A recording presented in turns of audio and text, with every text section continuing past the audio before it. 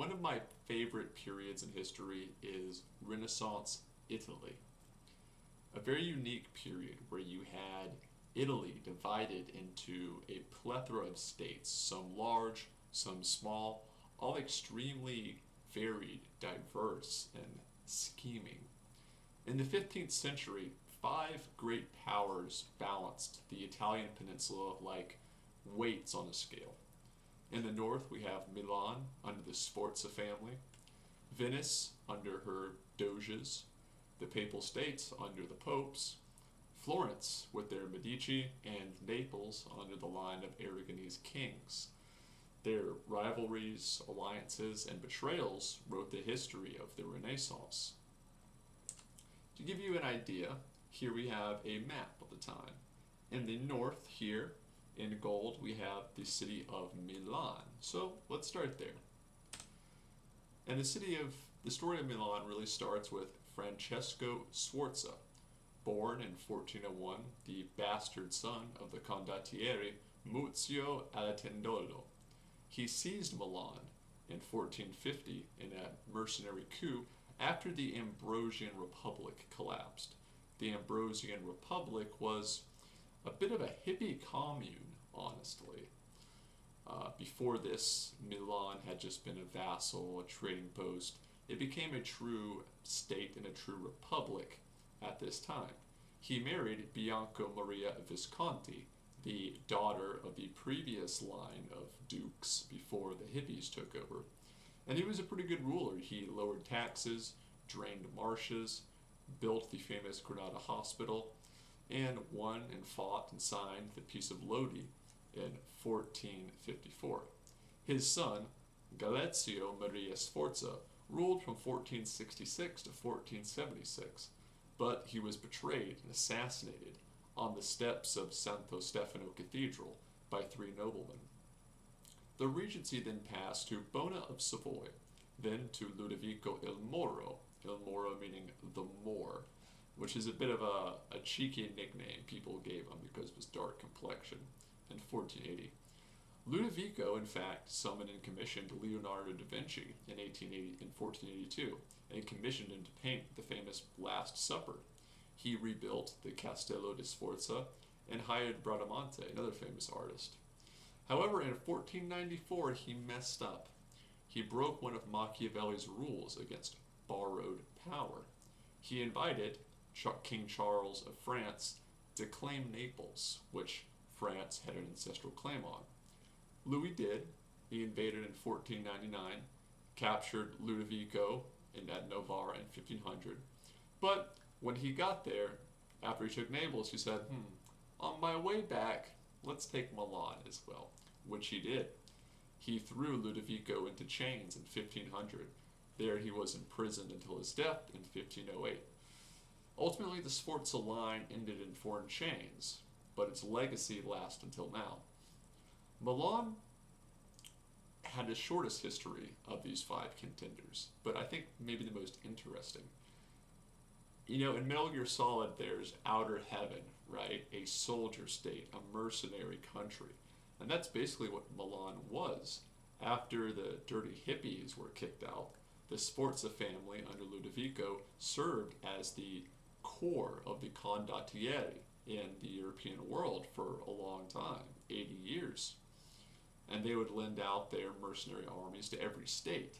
At this time, peasant levies were being phased out, but professional armies hadn't really been adopted yet. The Italians mostly fought each other with hired mercenary armies, and the majority of these were purchased or commissioned from Milan and the Sforza family. Moving on here to Venice, the most serene republic. Venice began the century under Doge Tommasio Moscagni, who died in 1423, warning against getting embroiled in continental wars. His successor, Francesco Foscari, ignored this advice. Foscari abandoned the terra firma. He conquered Verona, Bergamo, and Brescia, their neighbors to the south and west. He fought Milan under Francesco Sforza at Caravaggio in 1448. and was a member of the Declaration of the Peace of Lodi, which confirmed a lot of Phoenician gains. And to really explain Venice, I need to show you this image. So Venice has its core holdings up in the northeast there, right? Venice itself is actually a lagoon. It's like a little island off the coast of the armpit of Italy there, right? The armpit of the boot. But Venice holds actually vast overseas territories at this time. Parts of Croatia and Dalmatia, big parts of Greece, the island of Crete, the island of Cyprus, parts that they took from the Byzantines in the Third Crusade, which is another very funny story. This huge overseas naval shipping empire that gave them a lot of wealth and a lot of weight to throw around. You can kind of think of them as almost the England of Italy, of this region. They try not to get embroiled in the Italian wars, but they often did. They tried to focus on their overseas shipping empire, and they're very long lasting. Going back to their territory in 1453, sadly, Constantinople fell to the Turkish horde. Venice lost a lot of eastern trade routes, but pivoted to their mainland agriculture and the silk trade. In 1462, Doge Cristoforo Morao came to power. He rebuilt the ducal palace after the Great Fire. Doge Giovanni Mocenigo hired Bartolome Colleano, a great condottiere in the same vein as Sforza. The War of Ferrara in 1482 had Venice fighting Pope Sixtus of the Papal States and Naples in a coalition. The Sforza, Ludovico il Moro, the Moor, actually mediated peace by getting his own condottiere involved, because his men were kind of the core of each of their armies, which gives them a lot of leverage and power. In 1499, Venice lost a lot of coastal towns to the Turks at the very famous Battle of Lepanto, but the arsenal still launched a galley every day. By 1500, the city of 150,000 souls governed an empire from the Alps to Cyprus, ruled by the famous Council of Ten and their golden-mouthed doges and the Palazzo Ducale. So like I said, Venice is a real power. Venice actually lasted in some form or another until Napoleon eventually conquered it and disbanded it, giving their territory to the Austrians. Venice, you could actually say, is the first of these states coming into creation sometime after the fall of Rome, where those merchant families freeing Rome went into the kind of distant marshes of where Venice is today to seek shelter from the barbarian Visigoths. Moving on to the Papal States, there in the kind of mustard color in the center. Now, the Papal States are extremely interesting, right? The Holy Father, the leader of the Roman Catholic Church, held tremendous spiritual power, right? But during this period, he held a lot of temporal power. He held a big swath of territory in central Italy. Part of it he held personally, but this swath we see here on the upper side is known as the Romagna, and is actually governed by his vassals, a couple dukes and counts and a few barons that acted as his legitimate temporal vassals. If you've seen my video on Cesare Borgia, you know the story of Pope Alexander and his son and their great expansion of the Papal Empire. Eventually, this empire started to go downhill after the death of Cesare Borgia and Pope Julius after him, and the Holy Roman Emperor basically winning their centuries-long feud. There's an undercurrent of this map where Italy is divided into two factions, you might say. One faction supports the Pope, the other faction supports the Holy Roman Emperor. And eventually, the Emperor kind of wins, which spells the downfall of the territory of the Pope. But actually, the Papal State as a entity will hold on all the way up until the 19th century, when the Kingdom of Italy finally forms and they occupy that territory in Rome. Moving on, we have Florence.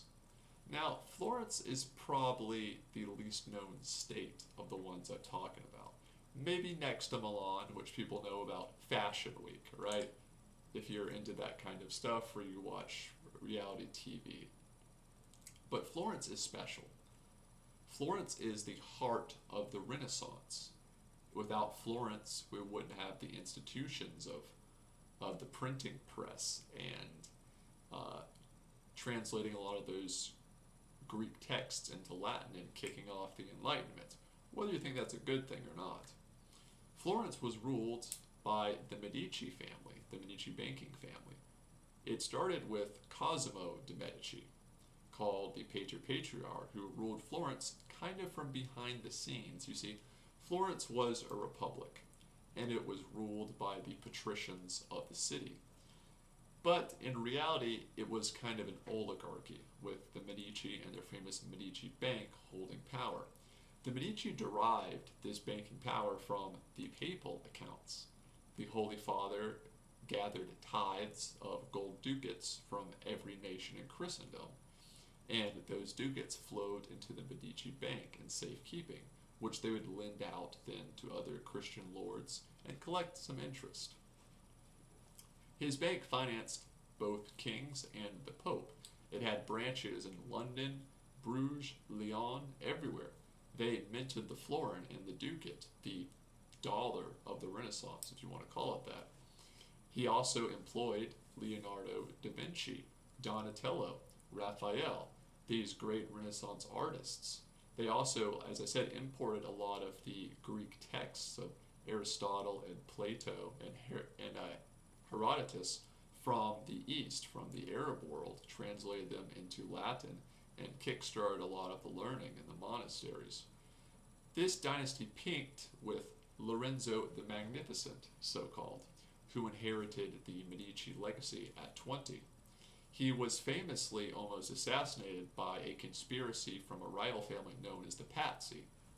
Pazzi, an Italian family, it basically created the modern word Pazzi. Now, Pazzi is spelled P-A-Z-Z-I. In English, it's mostly P-A-T-S-Y, meaning kind of a fall guy, right? Or a useful idiot, someone you trick to do something, or someone that's just kind of useful but unaware, which is the Pazzi legacy now. It basically led to the Medici using the assassination of the Pazzi and kind of screwing them over to become fully controlling Florence at this time. Their legacy eventually crumbled with Lorenzo's son, Piero de' Medici, who surrendered the fortress of Appianero and Poliziano to Charles V, the Holy Roman Empire, when he came and invaded Italy in his Third Italian War. The Florentines then expelled the Medici after losing the mandate of heaven, so to speak, and restored the proper republic. There was also the famous uprising of priest Girolamo Savonarola, who is kind of an early Martin Luther-esque reformer. He was super austere, he hated idols. Like I said, he was kind of a proto-Protestant. He had a sort of a tribunal rule of Florence for a large period of time, almost a year, until the gendarmes were able to arrest him and restore order. The famous Florentine political thinker Machiavelli was also around during this period and worked as a counselor for the Medicis, although when they were expelled, he was also sent into exile. The Medicis lost power in Florence, but they married into the French royal family and survived with one of their greatest queens, Catherine de' Medici, who you may know. Moving on, we have the largest and most temporally powerful of these, the Kingdom of Naples, the only nation to reach true kingdom rank. They're in the green there, and they take up a little over half of the Italian peninsula. Now, the Kingdom of Naples is claimed by both France and Spain, as their lineages have both French and Spanish royals in them. It stretched from Abruzzi in the north to Sicily in the south. In 1442, Alfonso of Aragon conquered the city from Rennes to Anjou. Alfonso the Magnanimous built the triumphal arch at Castel Nuovo and welcomed a lot of the Byzantine scholars and merchants after the fall of Constantinople. They took refuge in Naples. His bastard son, Ferrante, was quite infamous. He was a bit of a terror. He infamously would kill his enemies and, in a macabre fashion, keep their corpses taxidermied in a sort of hall, feasting hall, in a weird recreation of the Last Supper, which he would show to his enemies and guests in order to frighten them into subservience. In 1485, his barons actually revolted. Ferrante invited them to a wedding feast and murdered them all as soon as they arrived, then embalmed their corpses and added more to his little display. Ferrante's daughter Beatrice ended up marrying Matthias Corvinus of Hungary, a very powerful Hungarian ruler at that time who was really foremost at holding the line against the Turks. His granddaughter Isabella married Gian Galazzo Sforza, who we talked about earlier. Ferrante, the most notable ruler of Aragon, eventually died in 1494. After Charles of France claimed the throne through his Angevin ancestors, he entered Naples in 1495 unopposed. The Aragonese fleet defected to Spain, and eventually a Spanish counterattack under Admiral Gonzalo de Cordova drove the French out in 1496. Ferdinand II of Aragon officially annexed Naples in 1504. The kingdom became a Spanish viceroyalty for 2 centuries after this, although they would eventually gain their independence in the incarnation of the so-called Kingdom of Two Sicilies, lasting from 1805 up until the unification of Italy under the Great Kingdom. That's pretty much all of the great powers as we know them. This period is extremely just interesting me for all the stuff that goes on. You have these great leaders of state so close to each other, fighting with mercenary forces against each other, constantly worried about the kingdoms of France, Castile, Aragon, and the Holy Roman Emperor in Germany, meddling with them. It's so much going on and it's so rich, and it's a period of history that's often overlooked. So I thought I'd make this short video just kind of highlighting some of the greatest hits. If you enjoyed this, consider subscribing. Leave me a comment. What's your favorite Italian war? Is it the Italian War? That's a good one too. I won't knock you if that's your choice. Anyway, that's it for me today, guys, and I'll see you next time.